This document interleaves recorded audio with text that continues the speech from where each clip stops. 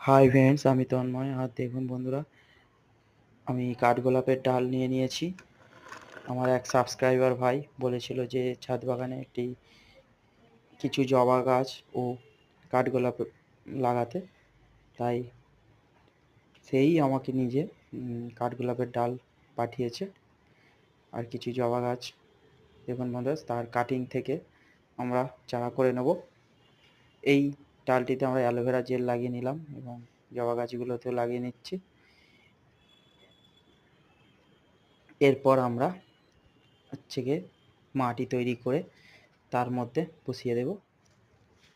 দেখুন বন্ধুরা, কত সুন্দর মাটি নিয়ে নিয়েছি। এগুলো বাগানে গার্ডেনিং সয়েল আর বালি হাফ হাফ করে মিশিয়ে নেব। এই মাটিতেই আমরা কাঠগোলাপের ডালগুলো বসাবো। কাঠগোলাপের ডাল পেরে সেই ডাল সঙ্গে সঙ্গে বসালে হয় না, তাই আমি ডালটি আমার সাবস্ক্রাইবার ভাই পাঠিয়েছিল, সেই ডালটি আমি 3-4 দিন রেখে দিয়ে তারপর আমি বসাচ্ছি। দেখুন ওরা তলার দিকে কিছু গার্ডেনিং পাতা পড়েছিল, সেগুলো দিয়ে দিয়েছি। কম্পোস্ট হয়ে যাবে পরে, মাটির সাথে মিশে যাবে। তারপর মাটি ভরে নিলাম। দেখুন, এরপর আমরা পুরো টবটা ভর্তি করে নেব। মাটিটা পুরো টবে ভর্তি করে নেওয়ার পর দেখুন মতো কত সুন্দর মাটি ভর্তি করে নিয়েছি। এরপর আমরা গাছটা ভরে নেব, একটু গর্ত করে নেব। দেখুন 10 মিনিট এই অ্যালোভেরা জেল লাগিয়ে রেখে দিয়েছিলাম, কারণ সঙ্গে সঙ্গে লাগালে হয় না, সাকসেস রেট খুব কম হয়, তাই আমরা লাগিয়ে নিলাম। ভিডিওটি ভালো লাগলে লাইক ও সাবস্ক্রাইব করবেন ও শেয়ার করবেন।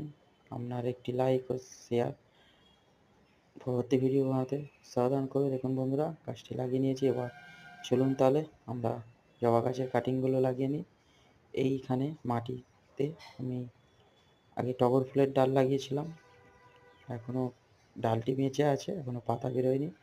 আবার জবা গাছের ডালগুলোও বসিয়ে দিচ্ছি সেম মাটিতে। বন্ধুরা,